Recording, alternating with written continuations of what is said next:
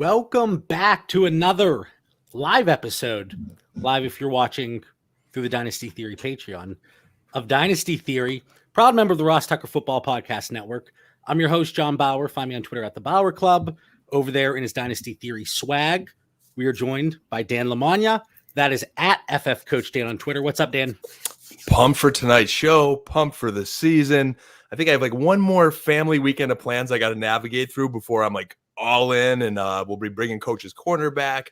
DraftKings prices are out, boys. I'm pumped about that. I'm getting ready to dive more into O-line and defense with so many weeks left in the season.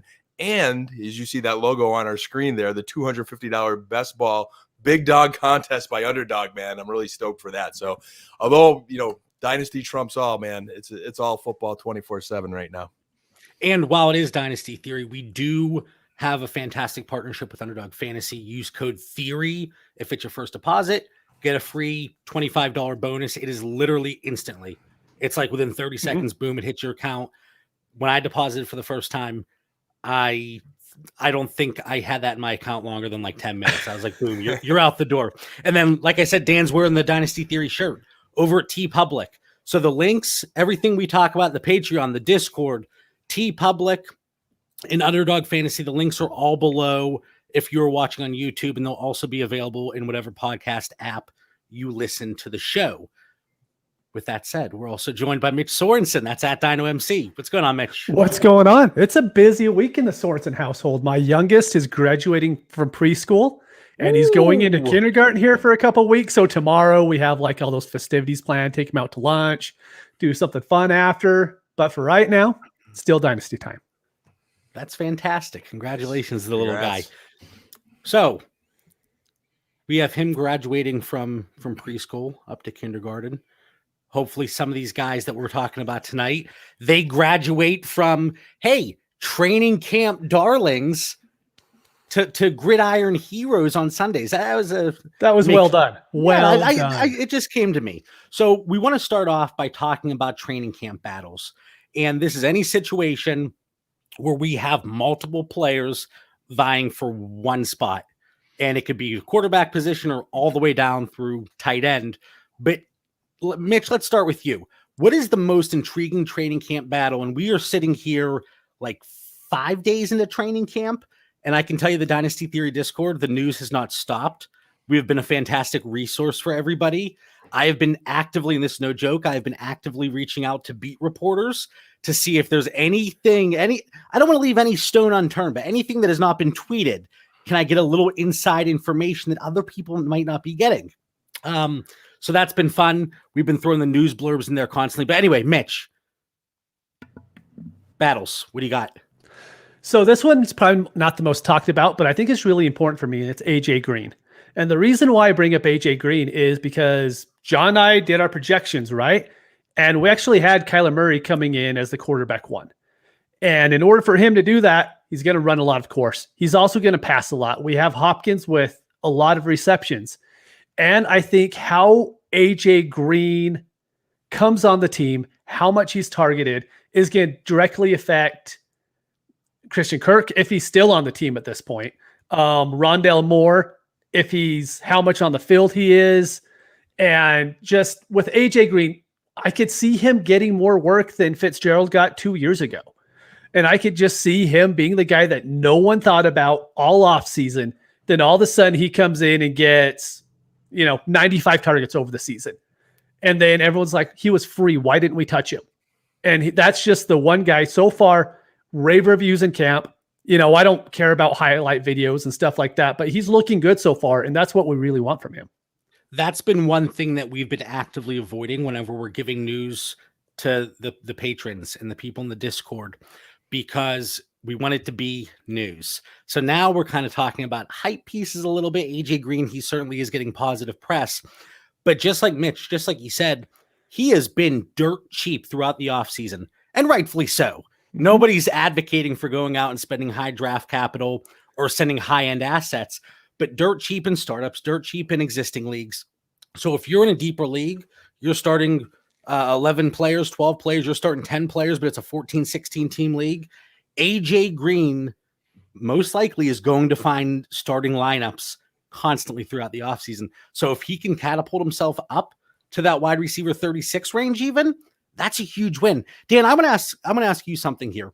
So we're talking about AJ Green, and a lot of people, and again, I get it, he's washed. There's no reason to even talk about him.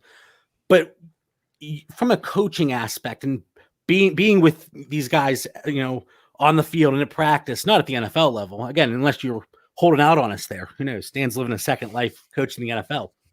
But how much of this could be he really just wanted out of Cincinnati? He was just kind of going through the motions, and now he really likes the opportunity to play with Kyler Murray, this Arizona franchise, and lining up across from DeAndre Hopkins, that he's kind of rejuvenated here heading into 2021. I think there is definitely something to that. And health is really the key for AJ Green. But as you watch his career, I mean, this guy had a Hall of Fame trajectory career at one point. He's racking up these 1,000-yard seasons. He's a number one receiver. I mean, AJ Green's a spectacular wide receiver, but in the last few years, it's unraveled for him. Might have been even one of you guys, or someone shared a post in our Discord of him, that fight with Ramsey. That was like so out of character for AJ Green a couple of years ago, as his temper is just coming out sideways. So sometimes it's like just being on the job for, almost 15 years, and it's just kind of old and stale. And man, let's be honest, guys, Cincinnati over, the term of his career, that would test anybody's patience. They didn't have a lot of success. So he goes to a new scenario, motivated, chip on his shoulder, something to prove, looks in great shape. From a coaching perspective, I get a guy like AJ Green in my locker room, in my receiver meeting room, with all that experience and all that talent and all that pedigree. The expectations are high. Kyler Murray's already praised them. He's even saying, he goes, AJ Green has something to prove. Whatever, the naysayers are throwing out there, I'm not buying it. Coaches like him, and he goes to a good situation. I think it was really smart. Larry Fitzgerald most likely not coming back. And even if Fitz for some reason did at some point, it's probably going to be a very minor role. So he's got an opportunity, man. Number 2 receiver there in Arizona. That's possible, depending on how Moore's role kind of, plays out in his rookie season. If you're contending, it's certainly a player that I would look to get thrown into a deal, especially if the manager that has AJ Green is not contending. But I want to transition really quickly. You mentioned him already, Mitch, Christian Kirk. He was not at practice today. And even through the evening, I was trying to find something, some explanation, and I didn't see anything. So what happens when a player misses practice? Going to get traded. That's the only reason. Like, even the beat reporters said it. The beat reporters were like, if you're missing practice now, you're either injured, which they know about, or something else is going on. And so we just don't know what that something else is. Now, there is the opportunity. I'm not saying go out and get Christian Kirk based on speculation alone, but if he would land in New Orleans, I think that would be intriguing. In the Discord, people were talking about Chicago. I think that could be somewhat intriguing. So there are opportunities. If that were to happen, if you get a prime landing spot, maybe this presents the case to move on from him finally, and he's not locked on your roster. And again, it does open up for things for Rondell Moore, AJ Green. I mean, Andy Isabella, possibly. Doubtful. Dan, it looked like you were going to say something. Yeah, I didn't know if you were switching gears yet. I didn't want you to, just because the one thought on Christian Kirk, and I saw that in the Discord today as I was like barely trying to keep up. It's like, NFL news, and there's like 365 messages in the Discord, and like it's nonstop. Hours. It's just madness. So I'll be scrolling through there, and your point on Kirk missing practice. One, I mean, I give props to everybody in the Discord that is thinking outside the box and being aware that is a possibility. So he's a guy that if I was talking trade with a dynasty owner, maybe I have a little interest in taking a flyer on Kirk. In the same breath, though, I wouldn't be surprised tomorrow to hear like, the car broke down on the highway, or there's some, issue and he's in the doghouse now either. So temper your expectations. With Christian Kirk, they are tempered. They're always tempered. We have been waiting for moments like these to build our hype up and our expectations up just a little bit, and then come crashing back down. So we talk about AJ Green, which I did not really think we were going to spend any time talking about him tonight, but here we are. Dan, what is a training camp battle that you're looking forward to here? Just a question before I go into that. Did Mitch even have AJ Green in the notes? Because I know John had again, his typical great notes for the show. Mitch goes in the show notes. This is like behind the curtain for our listeners. Mitch goes into the show notes and says, hey, I'm going in a different direction, John, which good creative thinking like Mitch does. But Mitch, I don't even see AJ Green and the Cardinals situation in your notes. Is it? It's right there. Late? It's like the third paragraph down. Yeah. Maybe I missed it. Maybe I copied the notes late and I'm not sure, but I was just seeing if Mitch was misbehaving again. But training camp battles, man, there's so many. And once Mitch opened the window to misbehave a little today, I'm like, all right, I'm going to zone in on my off-season takes and see where I need to sell and buy any shares. And I guess one competition or share I'm really looking at is my boy Uncle Lenny there up in Tampa Bay. Because when this offseason went after Leonard Fournette, yes, partially it's my heart. We know the story. But with Leonard Fournette, he's shown glimpses of being a bell cow back. And being Lombardi Lenny like he was in the postseason, I'm thinking, all right, man, this guy learned. He talked about being humbled. I'm thinking new attitude, going to be in great shape. But then the offseason comes and they bring in Gio Bernard. And that's a worry because if anyone steals the pass catching role, that puts a little dent in it. Rojo's still getting his annual Rojo hype. So it's like, it's not so much competing against Rojo and Gio as it is competing against the timeshare, which would kind of put a little nick in Lenny's value. I'm still bullish. I still think he's better than those two other backs, and I think the cream rises to the top and he wins it. So I'm buying, but I'm watching closely. I'm wondering what win it means is the problem, though, right? What's that? Sorry. I did my normal coughing thing. You know how it goes. Wait, are you drinking? Are you drinking black cherry again? I'm not. Maybe it's something else. Who knows? Okay. Could be allergies. Something he shouldn't be drinking. My worry with the Bucs, and this is for almost the whole offense. I mean, Godwin is kind of the only one that I still kind of like. I don't know who's going to get the targets each week. I don't know who's going to run the ball each week. I don't know who's going to catch the ball out of the backfield each week. I mean, I like Tom Brady still. I think he's going to be even a good dynasty quarterback this year and probably next year as well. But I don't have faith in anybody else in that offense. Yeah. Wait, really quick. All I'm thinking here is if I could physically push Mitch over, just get in the middle of your screen, Mitch. We need to see your bright, smiling face when you analyze and give your feedback on the Bucs backfield. Maybe it was because you changed your positioning and it's really just messing me up. Like you changed your whole office again for the 1,000th time. I did. And it's affecting everything. I did. I like how you each cast the blame. No ownership there whatsoever in this Dynasty Theory team. That's good. Dan, anything else there on Mitch's last comment as he was fading off the screen? Yeah, we'll just stay on the Tampa Bay train there because in my notes, I also mentioned, and I like that Mitch brought that up, the receivers and where the ball's going, because Antonio Brown, a year removed from any distractions, a year removed from any injury, this guy was the best wide receiver in football before he went off the reservation. So it seems all together, and he's got another year with Tom Brady. He could put a little dent in some of those shares there for Godwin and Evans. And then I am watching my darling Jalen Darden, 14 shares of them, gain real reps this season, or at least be a solid dynasty investment. They love him. The receivers are talking good about him. They say this kid's fast. Mike Evans praised them. So I am watching that camp hype, and I am liking my 14 shares. And, one injury, guys, that's all it takes. Dan's over here hoping for injuries. You hate to see it. No, but Jalen Darden, he's a fine stash. I know. He's a fine stash. There are so many question marks over Chris Godwin and Antonio Brown. What happens to them beyond 2021? So there's no issue there. The way I see the receiving core, I do think that all three of them very well could be top 36 this season.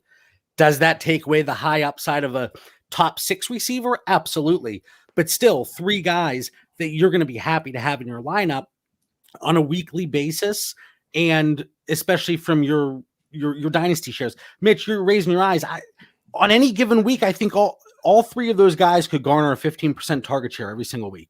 I do. And then I worry about who's going to get the touchdown because they're going to be the ones that you really want in your lineup. I think definitely by the end of the season, they're all going to be wide receiver 36.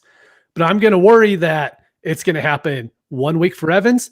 The next week is Brown. The next week is Brown. And then the next week it's going to go to Godwin, right? We saw good for 2 weeks.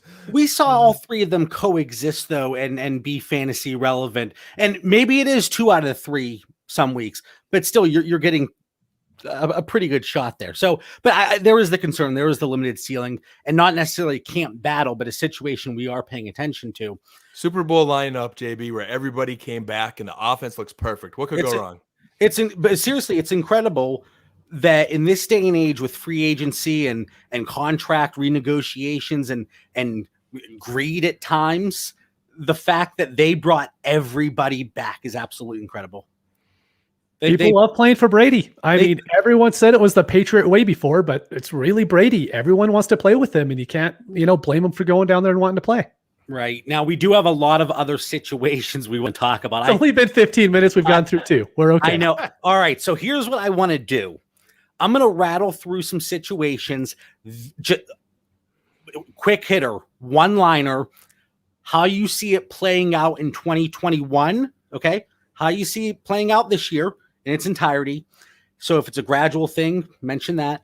But then also, if what we have seen over the last week has changed your value or thought process when looking at any of these players, okay? And then if a listener is saying, well, I don't really know what Mitch's value was of this player, go back and listen to previous episodes of Dynasty Theory because we're going to talk about it there. It's a good idea. I like it. All right, so we're going to go Mitch, Dan, all the way through here. Mitch, we're going to start with yours. Drew Lock or Teddy Bridgewater, quarterback in Denver? I actually think it's probably going to be Lock at this point. Everything we've seen, he's been the better quarterback in camp, and so that's probably where I'm leading right now. Is that before or after John's digging of beat reporters, Mitchell? Well, I did hear that John got a message from a certain someone, but I don't want to ruin it. So I mentioned beat reporters, and some actually did not respond, but this is in all seriousness. The first person that responded to my DM was Woody Page. I love Woody. Very quickly. And there was kind of a little bit of a snarky comment from him, but I kind of liked it. I was like, okay. So Woody Page firmly believes still his position has not changed. Drew Lock, starting quarterback here. Dan, do you think it stays the same? Do you think it's Drew Lock to start and it continues, or does Teddy step in? Yeah, I'm ignoring all the coaches talk, even before that Woody Page post, but always has a place in my heart. Dynasty Theory fans, if you could ever go back and watch an old YouTube Dynasty Theory, it is the episode of Woody Page, my favorite ever. But I just think I'm going back. I've said it before. It worked out with Peyton Manning, did all the right things, goes to camp. He's not throwing interceptions. We says if he doesn't throw the interceptions in camp, that's a really good sign. So I'm not buying the coaches talk. I think Drew Lock's the guy, at least for this season. We'll see how well he does. There's so many weapons in an offense, so it's a sneaky play there. It's make or break there. All right, Mitch, Mac or Cam? It's Cam. Cam's having a far better camp so far, and it looks like he's actually connecting with the wide receivers. And I think leading into the next one, I think it's really good for the next player as well. We're seeing a lot of good reports about Nelson Aguilar, about N'Keal Harry, Jacoby Myers, and I stumble over N'Keal Harry because I'm like, what's this? Like, wait, what's that guy's name? Does he still play? So I agree. Actually, I think it is Cam, even though Mac is one of my most rostered quarterbacks. Dan, Mac or Cam? Yeah, I'm going to say Cam too. Coach Bill is the one coach that it's going to be his way. He doesn't care, where he drafted him, unlike the other quarterback situations. Mac was a little bit later, but I think this offense was built for Cam. They know what they have. They could groom Mac and be patient with him. And I'm more interested to see how the offense evolves. I really think it's going to be – can I go into the other positions, or are you going to get to receivers, tight ends, John? We'll get to them. We'll get to them. Okay. I'm really intrigued by the New England offense. And here's my thing, though. I think it starts Cam Newton, whereas before I thought it was Lock and it stays with Lock. I think there's a very realistic possibility that team is 1-3 after their first 4 games. I really do believe that. And then they have their week 5 opponent is somebody. You got me curious now. Houston. It's Houston. So if you're 1-3, I think that's a prime opportunity for Mac Jones to get in there. But if Cam Newton is named the starter, which I think he is, and I think that's a sweep across the board here, that gives you another window to move him. You hear me, Dan? Move Cam Newton when he's named the starter, because I know you have him. I've got plenty of shares to move. All right, so we're not going far. We're going to the backfield. Damian Harris versus the field. That's what I have written down here. Mitch, Is it Damian Harris's backfield, and do we see fantasy relevance from him? I think so. And Dan was actually on this very early, and I was hesitant, but now I'm all aboard. And I have Damian Harris on a few teams, and I'm getting a lot of offers for him. I'm probably getting more offers for him than I am most other running backs. Right. So he's someone that I definitely like to have. Dan, you're still aboard the Damian Harris train? Yeah, you know, this just shows our OCD and craziness, and we try to like sort through the camp narratives. But I hold on to a lot of those old narratives. And last year, I remember the Patriots running back coach just looking that cameraman straight in the eye and saying, "This kid's going to be a good running back in the NFL." And there's no coaches speak when like the running back coach is just talking about his boys, and he showed it on film last year. So I love Damian Harris, but I will say, don't rule out Sony Michel. I really do believe he's still in the mix and in excellent shape. I just think he's there. I think he's a good bench player, Sony. But Damian Harris is 100% the guy. Not worried about Ramondre Stevenson or anything like that. Well, you're whistling a different tune because you love Ramondre in the future. Not now. Not no, now. But we always talk about that. We are anti-take lock. It is okay to change your mind on players, and I think it's critical whenever it warrants it. And in this case, it does. So, Dan, I give you a hard time, but I do commend you on that one. Damian Harris, we have him like 45% of the rushing market share. If that gets up over 50, look out, because now we're talking about possibly even low-end running back 2 numbers, and certainly that comes into play whenever we look at Mac and Cam. If Cam's not in to vulture those touchdowns, Damian Harris really could get utilized. Last year, I think it was a 1.5% touchdown rate. That's extremely low. Yeah. Double that, and he's still on the low side. Like 4.5% right there is, I think, average. And that's the tricky part. Like, I could easily see him having 1,000-yard rushing season, but I could easily see him getting sniped by Cam in the red zone, sniped by Jonnu, sniped by Hunter. Like, that offensive coaching staff's definitely going to drive people crazy this year. And we know he's not going to be utilized in the passing game, at least if James White's healthy. I think I know a lot of people they're sour on James White. Oh, he's done. But Bill Belichick loves him, and he's going to be used in the passing game. All right, we have a few more backfields here. Trey Sermon, Raheem Mostert, Mitch. I think Mostert, I don't think they ever wanted him to be the guy. I think they want him to come in, be this really fast dude who could get 3 touchdowns on 6 carries that we've seen before. So I actually think Sermon is going to be the early down back. Oh, you took a U-turn. Like the way you started, you said Raheem Mostert, and then wow. Yeah, and so I actually think Mostert's going to be the 2-minute, and then he's going to come in to relieve Sermon off the field. And I think that actually ends up hurting Sermon a lot more than what people are counting for. I think if you're the first and second down back for the 49ers, it's not the greatest thing in the world, but I think he's going to be still overpriced for what he's actually going to do on the field this year. And we're going to package this up, Dan, before I turn it over to you, Mitch. We're hearing, Trey Lance was 14 of 14 today, something like that. People were loving him. There's Twitter victory laps already. It's important. Got to get those out. About Trey Lance. How does this impact that running back situation? How do you think the quarterback situation plays out? It's huge. If Garoppolo's in, Sermon's going to get some more touchdown opportunities. Mostert is too. Once Trey Lance is on the field, this is going back to Cam Newton when he was young. Those touchdown opportunities are just going to die for the running backs. So while we can love Sermon and what that offense can do for running backs, Lance is going to snipe a lot of those. And I think that's why we really like Lance going into this year too, because I think he's going to be the starter pretty early. Let me ask though, would you be looking to pivot and move Trey Sermon once he's named the starter, or do you think already trying to move Trey Sermon? Okay. To be honest with you. Yeah. Okay. All right, Mitch. Dan, I'm throwing this package deal over to you. Trey Sermon, Raheem Mostert. How does this play out in 2021? And then behind center, under center, quarterback, Trey Lance, Jimmy Garoppolo. How does that look? Good takes by Mitchell, and I'm not too far off. Except my only maybe argument would be I'm not looking to move Sermon, although maybe I'm a hypocrite, Mitch, because I think I traded him to your brother in one league. I think so. But that was for a third quarterback in Superflex because I love Sermon. I think long term he's the answer. But this year I think it's going to be a little frustrating because I think that's going to be a very close to 50-50 split. I kind of see Mostert like the Ronald Jones in Tampa Bay. When he's good, he's good. But he's got a chip on his shoulder. I'll say that. Everybody in the world writes off Mostert, and he's on Twitter saying, "Hey, don't forget me." He's been saying that numerous times on Twitter. He's out to prove something. So I like them both. I give Sermon the edge. And then the quarterback situation, I think this Trey Lance is going to be a special kid. I'm mad at myself for not finding ways to get a couple more shares. Yeah, I know. I mean, after the draft, I did say, hey, once he landed in San Fran, that was the ideal situation there. But he's looking special. He really is.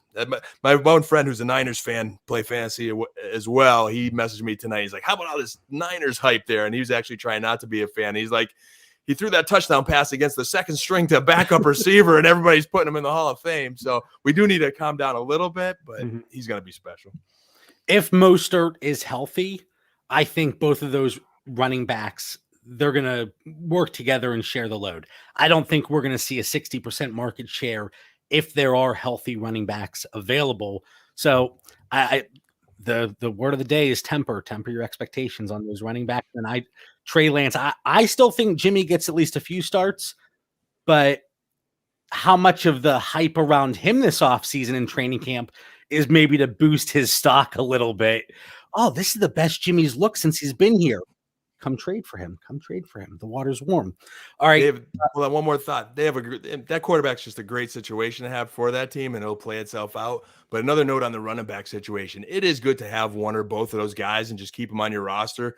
The Niners, and this has been talked about a lot in the fantasy world as far as NFL schedules, it is a cupcake schedule late in the season, man. And when we're in fantasy playoffs, to your point, John, maybe one of those guys gets dinged up or hurt, you might have yourself a bell cow or a winner late in the season. So keep the Niners in mind as the season goes on. Yeah, and I don't mind having both of them. And I know we talked about possibly pivoting off of Sermon because of the workload here in 2021. But you got to look big picture. Raheem Mostert probably not going to be there next year, especially if we see enough from Trey Sermon. It's going to be his show. And then an entire offseason with Trey Lance and working together, I think those two could be something special. So maybe I am looking to acquire Trey Sermon when Mitch is trying to move him. There we go. As the season progresses, if managers get frustrated, wow, he's only getting 10 carries a game here. So maybe there is an opportunity there. Another backfield rookie versus veteran, Javonte Williams, Melvin Gordon, Mitch. I think so far the good thing is if you have Melvin Gordon on your teams, all of the reports are saying he's the best running back on the team right now. Yep. It's only a matter of time before Javonte takes over. I really think this is one of the things that by week 10, week 11, week 12, Cam Akers from last year, right? It's going to take a long time in the season. Then he's going to take over and he's going to be very good. But it is going to be a painful 10 weeks until that happens. So if you have Melvin Gordon, like I would even say have him on your roster for a few weeks, get him while he's getting all the work, and then move him after that. And if I'm contending and he's sliding into a flex spot, maybe I just ride it out with him because we don't know. Maybe he does land somewhere after, Denver if he's not extended here beyond 2021. But Javonte Williams, I think he is going to take over that backfield. He's getting a lot of hype as well. And I know we don't want to really go into and engage the coach speak, but a lot of positive information coming out today. And I felt good because I had Javonte as my pre-draft and post-draft running back too. So I've been a little quiet on that front with all the other running backs and rookies kind of popping off and not much about Javonte with how well Melvin Gordon's been doing. Dan? Not a lot to add. I like Mitch's take a lot, and I think that is how it plays out. I just put one take in favor of Melvin Gordon. Like I really enjoy watching Melvin Gordon run. And he's like that expensive set of tires that you're just going to, take it down into those treads is bare. And then eventually, Javonte Williams is going to be that new set of tires and you're going to ride it the rest of the way. I think they invested in Melvin. They're going to get as much as they can out of him. They're going to finish off that contract. So I think he's going to have a good season. I think he is going to be the guy early, but I like that Akers analogy is late in the year. You're going to have a fresh Javonte and the cream's going to rise to the top eventually. It's just a matter of when. And I like going through all these situations because even when we have agreed, we're still giving different angles. And that's what I love about the show and the Discord and, being on Twitter and everything. And I've said this to you earlier, Mitch, I'm not trying to change anybody's mind. Yeah. We are here to give our thoughts, what we would do, and then brainstorm. If we throw something out there and like, hey, that sounds like a good idea, maybe I'll try that, then it was a great episode. That's a win in my book. So getting the creative juices flowing, I think that's what these conversations can really help with. Just my soapbox really quick. Mitch, really quick, Justin Fields, Andy Dalton. Oh, you skipped one. Okay, so that confused me. Sorry. We'll go with.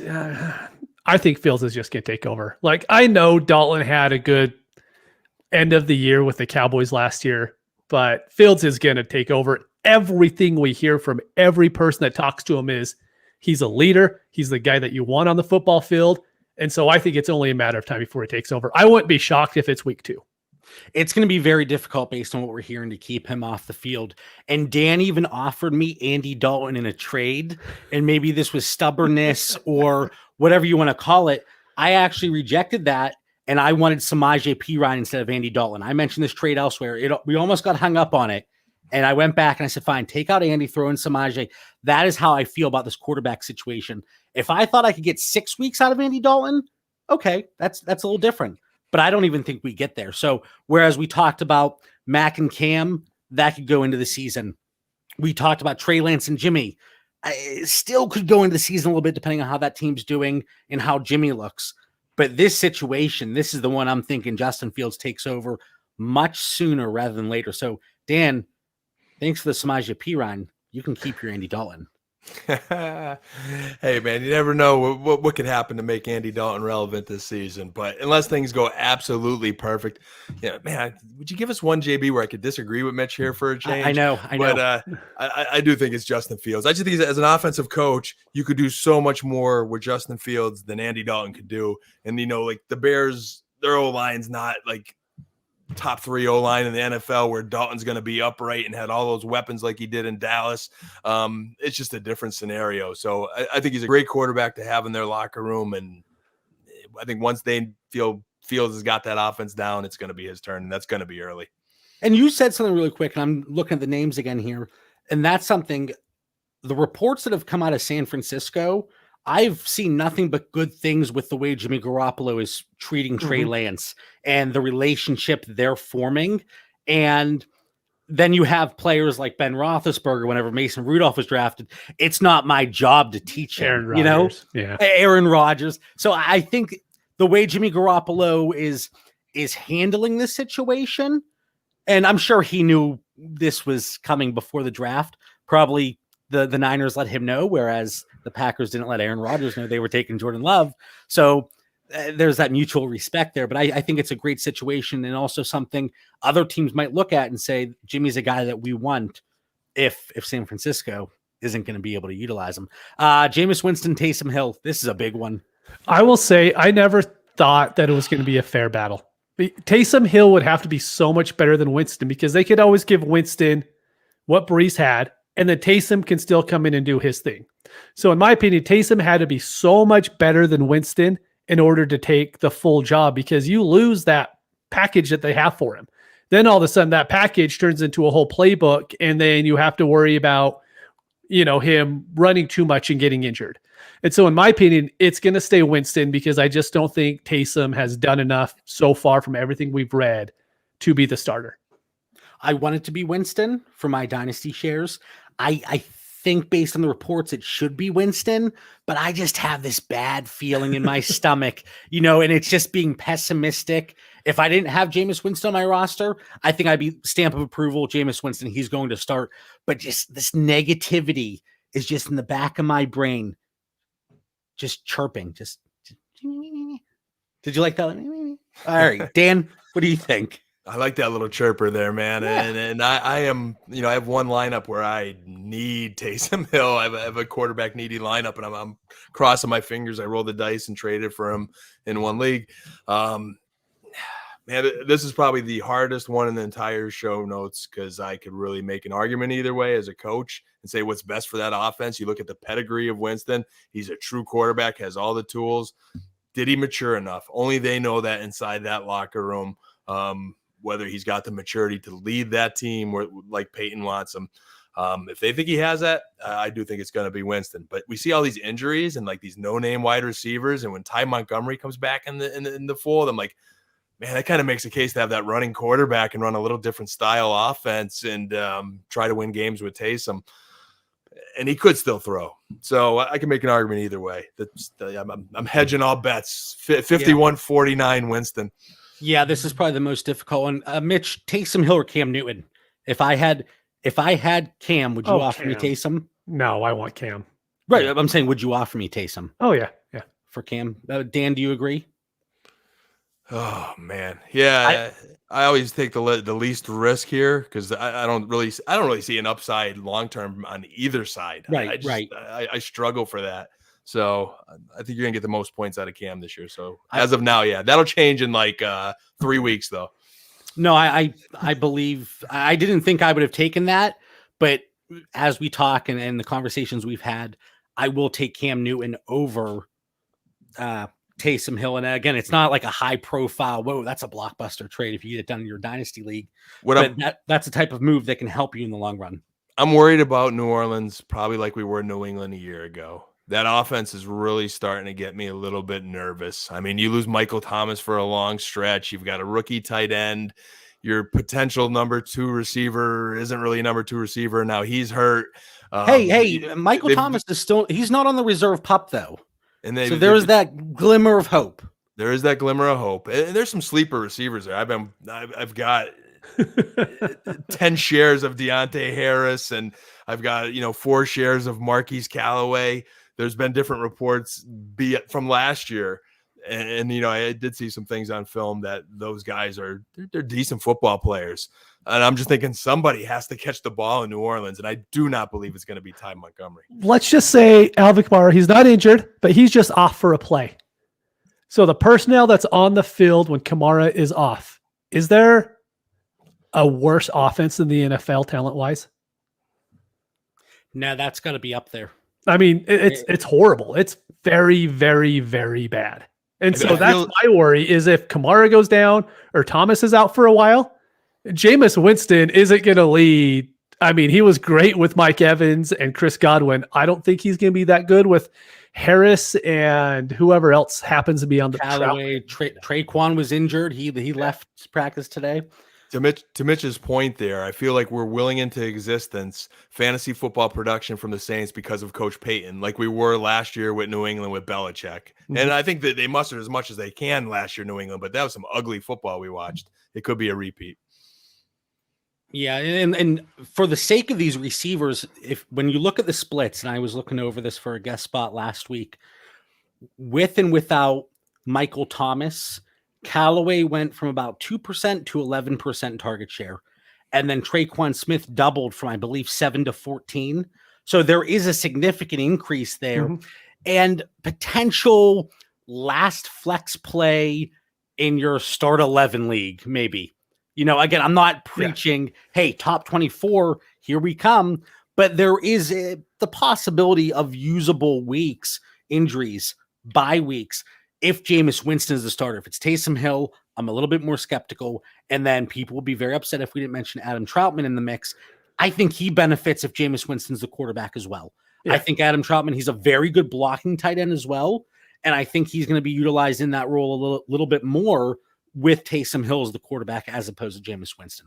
All right, Michael Carter versus the Scrubs. Who do you got, Mitch? Oh, you guys already know I'm choosing Carter. I mean, even in our projections, we have him at like 50%, like I think an 8% target share, maybe 8.5. It's nothing crazy. Yeah. It's tiny. He ends up being like a low end running back 2. And I think that's where he's going to finish. But for what the cost you were getting him in the draft, it's smash value. I mean, that is such good value for where you were getting him. And so hopefully it plays out that way because that's the one guy to where all offseason I was trying to get him in all the drafts that I could just because I thought there was an opportunity for this to happen. And so far, everything we're hearing from camp, from the beat reporters, and those New York beat reporters are different than everyone else. So if someone's bad, they will just flat out say they're bad. So far, everything's good about Carter. I haven't heard really anything of Tevin Coleman, LaMichael Pirine, Ty Johnson creeping around. Remember when Ty Johnson was a thing? He was somebody last round in startups. I was trying to snatch him up early in the offseason. Well, here we are. I know the projections have him coming out based on the workload. Is running back 3 achievable? I think yes, it is. But we've seen situations where hey, there's nobody there. This guy's got to get the workload. So this is how the projections come out. Le'Veon Bell last year. Yes, and we're not moving far. New York Jets still. So there is some hesitancy on my end, some being a little pessimistic. But Michael Carter, I don't think he's going to get pushback from the rest of the options there. But I'm intrigued to see how he's utilized in the passing game, because you get that receiving work, you're elevated instantly. And you guys know how I feel about 4th round draft capital for running backs. So hopefully this is the guy that shuts me up. After he scores a touchdown. I hope so. Listen, I'm sending him a check. After he scores a touchdown, the camera is going to zoom in on his face and he's going to flip the ball and go, what round was I taking in, JB? He's going to say that live on Fox or CBS. I feel it. I really live feel it. on Dynasty Theory. Come on, man. Think big here. Right. All right. So, Dan, how are you feeling about Michael Carter here? I share your pessimism, JB, but I also think it could be the one guy that I'll be wishing I listened to Mitch more of and gobbled up a couple of shares here and there. Tevin Coleman, I've got plenty best ball shares. I just see such a young offense, and there's a lot to learn there. And to have that veteran Tevin Coleman in the backfield is a little bit of a security blanket for a quarterback. So I see some shares there. I wouldn't rule out Coleman if he could stay healthy. I always hate that if he could stay healthy, but I just feel and he's familiar with that offense too. So I mean, that is a big. They signed him for a reason, right? They signed him. They gave him a paycheck, and so I'm a little bit skeptical. I kind of think they're going to be in a timeshare, but again, the cream normally rises to the crop, and Mitch is probably right on Carter. To the crop, I wasn't sure. It does something. Yeah. It's got to do good on and off the field. Well, here's the thing, guys. I can take a victory lap no matter what happens with Michael Carter, because listen. There we go. I'm going to tell you why. So 4th round draft capital, blah, blah, blah, blah, all the stuff I've said. And I believe it. But based on where he was going in drafts, I landed a good amount of Michael Carter. So you better believe when he pops off, if he pops off, I'm going to throw some screenshots of my rostership percentage. But if he falters, I've been telling you all along. And you're going to say, JB, let me see the Dynasty Planet screenshot. I'm going to say, the site's not loading for me for some reason. It's not working. But it's a win-win. All right, really quickly, these last two, and there's probably not much relevance with the one, possibly with the other. Wide receiver 3 in Minnesota has opened up. Olabisi Johnson is out. Chad Beebe, Amir Smith-Marzette, D.D. Westbrook, KJ Osborne getting a lot of positive reports. Or should we just move on? I don't care. Okay. Dan? Irv Smith is the wide receiver 3 in Minnesota. Forget those guys. Boom. There we go. Wide receiver 3 for the Los Angeles Chargers. I think a little more interesting. I know Linda G over at Fantasy Football Confidential. She likes Tyron Johnson. And based on the reports, even though he did leave practice early today, or he didn't practice today because foot ankle injury, but Josh Palmer, Tyron Johnson, Jalen Guyton, I think Tyron Johnson's going to get the opportunity first in that wide receiver 3 role. I'll go with Palmer. They spent that draft capital on him. I think he's going to get work, and he doesn't have to be on the field a lot is the nice thing. And right. I mean, all 3 of these guys are probably going to be on the field. And so you're kind of hoping for the guy that gets the 6% target share and not the 4.5% target share, but I'll go with Palmer. And the big thing, I think, would just be if there was an injury with Keenan Allen or Mike Williams. Mike Williams is the one. Yeah. And Mike Williams could be a really pleasant surprise this year. He's going to be so good if he could stay healthy. Yeah. I think he was talking about developing that relationship and rapport with Justin Herbert, and the chemistry wasn't there right away. But being able to work with him throughout the year, throughout the offseason, that is somebody that could certainly tip the scales there and hit that wide receiver 24 threshold. Dan, do you want to mention anything here? You summed it all up with wide receivers. Tight ends are interesting there too. We read today there's a 4-man rotation at tight end. So we'll see, man. Everybody's getting footballs. All right. Man, I thought this was going to be a 40-minute show. I don't even know. Why do I say this? It's every episode. My wife asked, and I was like, well, let's go with 3 hours, and if I'm done before then, that'll be okay. And the listeners are probably thinking, JB, you're full of crap. Why do you even bring this up every episode? I'm optimistic in that sense, but we just have too much fun here. Once we listed 1 million players in our show notes, I knew 30 minutes was out the window. So keep going, brother. All right. So we moved on from the training camp battles. If anybody has any questions, any thoughts, again, I have been diligently working, just going through beat reporter news and actively reaching out to several. Again, fingers crossed I get some responses on some of the interesting ones that I'm looking to hear back on, but nothing yet. But there are players and situations and things that we're focused on that are not necessarily training camp battles. Mitch, I don't think you've blinked in 2 minutes. You good? I'm good. I'm There good. we go. I was just There we thinking. go. I was just thinking. So things that we're focused on here as training camp is wrapping up. Mitch, you went a different direction with this. I did. I wasn't really looking at specific players that I'm caring about. What I'm really looking at is, and this is just from like a theory perspective, right? I'm looking at how players are being used in the preseason, because we don't have 4 preseason games except for like the Cowboys because they play the Hall of Fame game.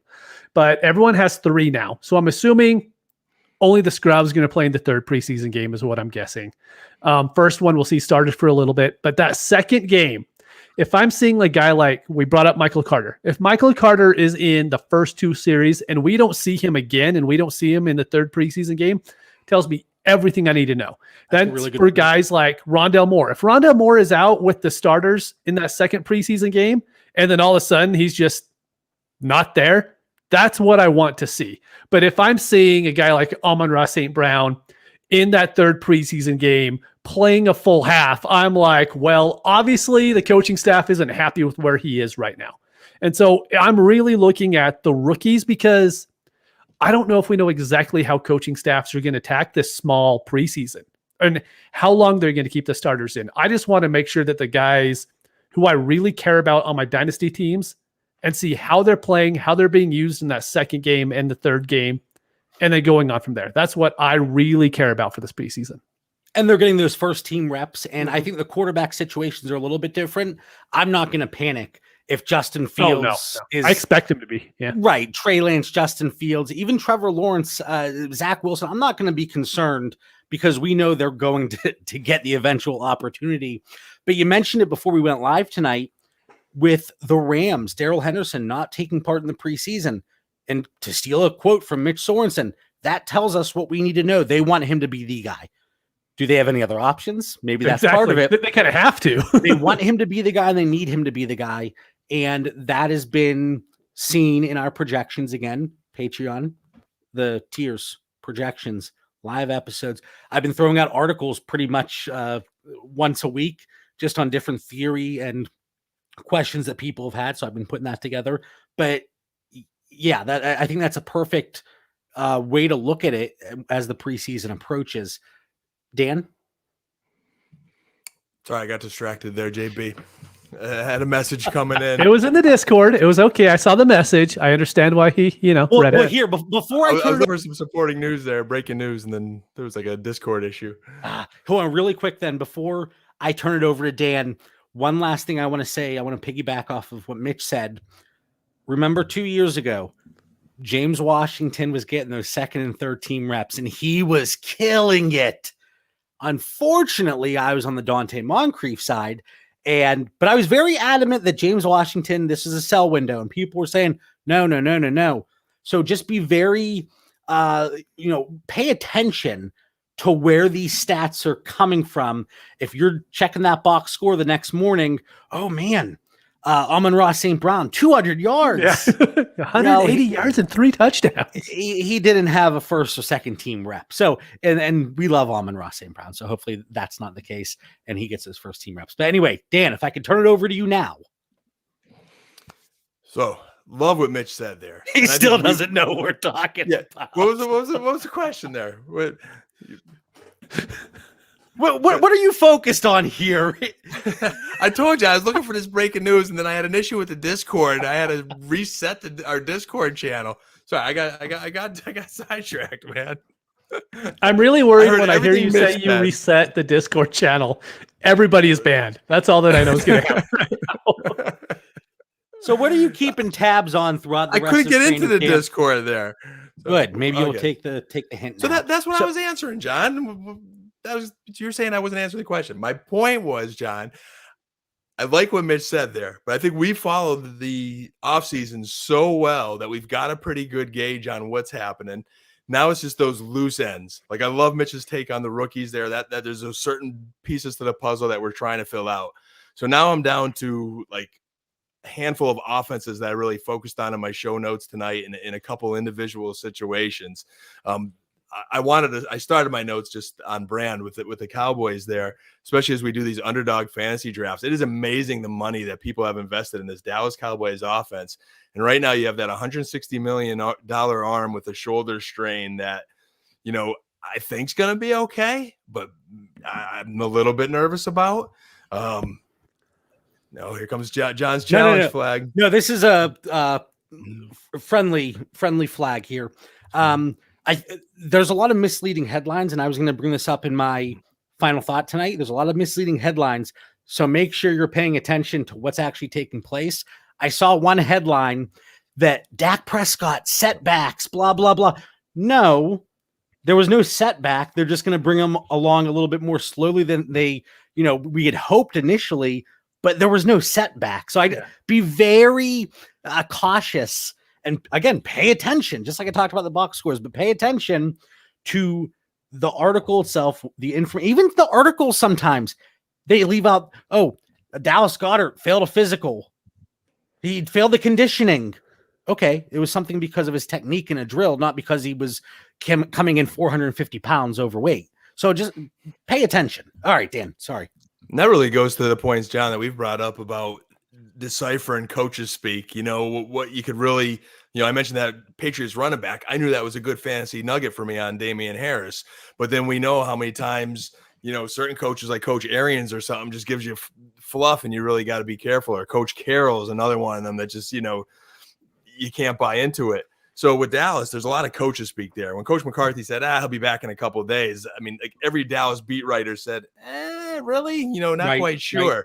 So my point is there's just a lot of ifs in Dallas right now. You got Dak's shoulder. You got Amari's ankle. You got the O-line that hasn't been healthy in quite a few years. So as much as there's a lot of positives coming out of that Dallas camp, and I'm drinking the glass half full again Kool-Aid that I do every year, I think there's a lot to be cautious there. And I've got a lot of shares. I know a lot of America has a lot of shares in this offense. So I'm watching camp really closely just to see that these guys come out healthy. Tyron Smith looked in the best shape of his life, left tackle. All of a sudden the elbow's bothering him again, and he's out this week. So if not all those pieces are there, it just might not be as easy as we think. And then there's a little bit of a tight end battle going on there that no one's talking about. I know there's a lot of Blake Jarwin truthers, but Dalton Schultz has been getting more of the reps. They've been easing Jarwin into it, and Schultz has been taking advantage of him and looking pretty good like he did last season. Jarwin was listed as the number one tight end on the unofficial depth chart, but in my heart, it's official. Okay. There's a chance Schultz could be that guy this year, but I think they're going to eat into each other's carries and become like almost fantasy irrelevant with all the other targets in that offense. I don't know. I think they'll have good carries, games. Targets, same thing. Yeah. He's still thinking about resetting the Discord, apparently. All right, I have a question for both of you. This is off the show sheet, but it's newsworthy, so I'm going to ask. How are you guys feeling about the Colts? Especially Jonathan Taylor. The reason why I ask is because Quentin Nelson has the foot issue. Carson Wentz, they both had the exact same surgery. They're supposed to be out 5 to 12 weeks, right around there. I know you're not getting 5 to 12 weeks. I mean, we've talked about it, 5 to 12 weeks from the surgery. Yes, from the surgery. So as of this past week. So there's a chance they're ready for like week 1, week 2 if everything goes according to plan. I know you're both not trading Jonathan Taylor, but do you worry at all if that offense has a drop off? Because we love to talk about someone like David Montgomery. You talk about, his last games were so easy and that's when he took off. No one ever brings up the fact that here's Jonathan Taylor's big games against Green Bay, against the Las Vegas Raiders. He was good against Houston and Jacksonville. Those were his big games last year. But, we all love him because he has the draft capital. He looks amazing on the field. He has the offensive line. What if Nelson doesn't come back to 100%? Then all of a sudden, does Jonathan Taylor will hold his value because running backs hold their value that are drafted that high in Dynasty, right? You have Saquon Barkley, who missed all last year, still going to the same spot. CMC, same spot. Are you guys worried about him? Not for Dynasty purposes, but if you're doing best ball or redraft, I could see knocking him down a few spots because of the uncertainty, at least through the first few weeks of the season. But from a dynasty perspective, I'm still nothing's changing for me personally. So I'm gonna hedge that a little bit. And hey, for Christmas, Mitch, we're gonna get Dan some hedge clippers to get rid of the hedges. But hear me here. So okay, I'm not gonna hedge. I'm just gonna challenge flag, disagree with John Bauer. Oh, I like it. It's about time we see that. John Bauer here tonight. So here's the thing with Jonathan Taylor. Do I agree with the point that like long-term dynasty, I'm out on Taylor? No, not at all. I think he's going to be a solid dynasty player. But if I'm looking at this year and I still want to win this year, I'm going to go to my rankings and I'm going to see who I have right around the Jonathan Taylor range, and that's in a better situation than him, and say, hey, could I swap Taylor and still end up with an elite running back that I want? Is it going to be Saquon Barkley? Is it going to be maybe trading down a little bit and getting J.K. Dobbins and getting something else in the deal that makes my team better because they're in really good situations? Because if that O-line, and that's on my notes, we have all these takes that we're watching now in camp. Well, I got to be looking at the Colts O-line, because if Jacob Eason, man, I believe in Coach Reich, and I think he'll get the most out of it. Eason, there's NFL genes there. But it won't matter if that O-line can't protect him. And then all of a sudden there's 8 in the box on Jonathan Taylor, and there's going to be some long Colts games. So you might be getting more production out of a different elite running back. So I'm not completely okay with it, JB. But again, we're talking about scale down production to start the season. If your team can't withstand that, maybe you weren't a contender to start with. It's the NFL, though, man. You lose your franchise quarterback, your elite lineman, another starting lineman. Some things are a little tough to overcome. No. I'm talking about your dynasty team. I don't care about the Colts. I don't care about the NFL. I'm talking about your dynasty team. So if you're going from, let's say, 18 points from Jonathan Taylor down to 10, your team, I would hope, could withstand that for a few weeks at least and still come out unscathed when looking at the longer term and the playoffs. This could be more than a few weeks, though. I mean, there's there's a lot of question marks here. So, just to the Mitchell Sorensen quote of don't ever unpack the suitcase while you're on my roster. Jonathan Taylor, don't get too comfy. Yeah, no, I certainly can see a concern, but from a dynasty standpoint, I'm not changing course there at all. Now, again, if somebody wants to pay the price that was already set, sure. I mean, but I'm not going to drop it at all. A few other, really quick, I'm just going to rattle through situations or players that I've been paying attention to throughout training camp so far. Some of them with news, some of them a little less news, and then throughout the preseason. And as the season progresses, Jalen Hurts and Daniel Jones, pivotal 2021 seasons for these two. And there is going to be, you got to win. That is how Jalen Hurts is going to keep this job. It's not going out there and, getting 30 fantasy points a game. I think people get very confused about fantasy production, okay, and winning in the NFL. And that's what's going to keep his job, not by jacking up the fantasy scoreboard 30 points and going 6-11. He will be out as a starting quarterback in Philadelphia. So there's a lot of concern there. Daniel Jones, Evan Ingram, Kenny Golladay, is there. It seems like Kenny Golladay and Daniel Jones can't get on the right foot here in training camp. So that's something I'm paying attention to. Dallas, Dan, you already covered that. The Colts disaster, we talked about that. Baltimore with a wasted training camp. Lamar Jackson's been gone. And that kind of goes into the whole COVID thing. And with the Vikings, the lowest vaccination rate in the NFL. Mike Zimmer is frustrated, their head coach. He has come out and in not so many words has said, go get vaccinated. They're not a little bit lower. They're at 65% when almost every other team is up to 80 and 90. I mean, it's crazy how different that team is compared to everybody else in the NFL. And what we're seeing now, there is a chance that games will be forfeited because of this. So I'm looking at this strictly from a fantasy football perspective. There is that concern there if you're the Minnesota Vikings. You have Dalvin Cook. You're ready for that championship matchup. Boom. Kirk Cousins gets COVID again. Going back to Baltimore, Lamar Jackson, he's tested positive twice now. This is something we don't want to continue to see because we want our star players on the field. Terrace Marshall, he's been lining up everywhere. A lot of slot work, hype building on him. Kylan Granson, one of the stories out of the Indianapolis Colts camp. We've talked about him previously. Dan, you mentioned his name before the NFL draft. So that's how far back that goes. Elijah Moore, they have seen in New York that they can use him all over the field. He started with the 2s. Now he's working with the 1s. He lined up today with the 1s to kick off their practice. And it seems like all systems go with Elijah Moore. I'm hoping that offense can really be rejuvenated here in New York. There's a lot of excitement there. Which is the opposite for Mims. Mims oh, man, yeah, might not ever see the field. Right now, he's playing with the 3s. I wouldn't be shocked if we see him move for a conditional 7th rounder, to be honest with you. Yeah. And again, it's like a Christian Kirk situation. Hopefully it's somewhere that we just get some excitement and we can move on.